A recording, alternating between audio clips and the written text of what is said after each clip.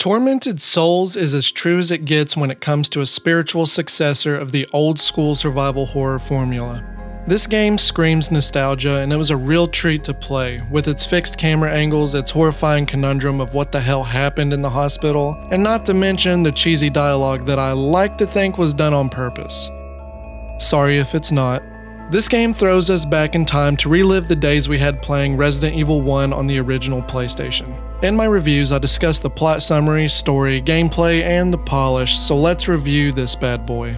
Your name is Caroline. You receive a mysterious letter of an unsolved case of missing twins, and you travel to the abandoned Wildberger Hospital in hopes of finding these children. She shortly found out it's not as abandoned as it seemed. She discovers the case is so much more chaotic than just looking for a couple of missing twins.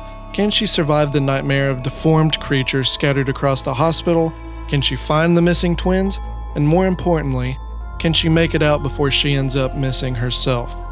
The story to this game was very well done. The mystery element was great up to a point. I was able to solve most of the mystery elements about half of the way through. It was a little obvious, but that didn't stop the enjoyment of the game. It wasn't anything new, and it wasn't trying to be. It knew exactly what it was and went full speed ahead on it. I didn't have much to say about the story, but the gameplay is where this game shines and stands out from most of the games that are released today. Playing in semi-fixed camera angles was a special treat. I've said before in my Resident Evil 0 review that I would love a game in fixed camera angles, and this was exactly that, but with some minor improvements. It also had some updated angles where it either followed you in eerie ways or tilted left and right. It was kind of hard to explain, but it really added to the feel of the game. It felt fresh and scary. It had two forms of movement and fighting, the classic tank controls or an updated modern take on the same controls that was used in the Resident Evil remaster. The weapons were really unique as well. You used what I assume is a pressurized nail gun and a homemade shotgun made out of a pipe. A crowbar is also included and some form of taser staff. Each weapon had its importance to surviving the horror. Conserving ammo wasn't as difficult as I had thought it would be, but that's because I knew what I was doing and have played these for quite some time now. Just a little tip while playing this game for newcomers in the genre, I'd shoot the monsters down to the ground and whack the hell out of them with the crowbar to save as much ammo as possible. Another amazing piece of gameplay was the puzzles. They had some fairly easy ones at times, but I am not ashamed to say that I truly had some trouble with some of these puzzles, to the point where I may or may not had to have looked up the answers to the puzzles to advance in the game. The game was beautiful from top to bottom. Each room felt unique and designed with purpose. I didn't even have to use a map due to everything having its unique place in the game. There was very minor frame dips for me, but it was hardly noticeable. Most of the time it ran smooth as butter.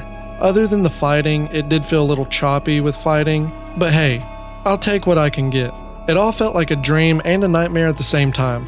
The whole hospital was beautiful, other than the sewers and such, but that's besides the point. On a positive note, this game didn't crash a single time during my gameplay, which for some reason happens more often than not with games these days.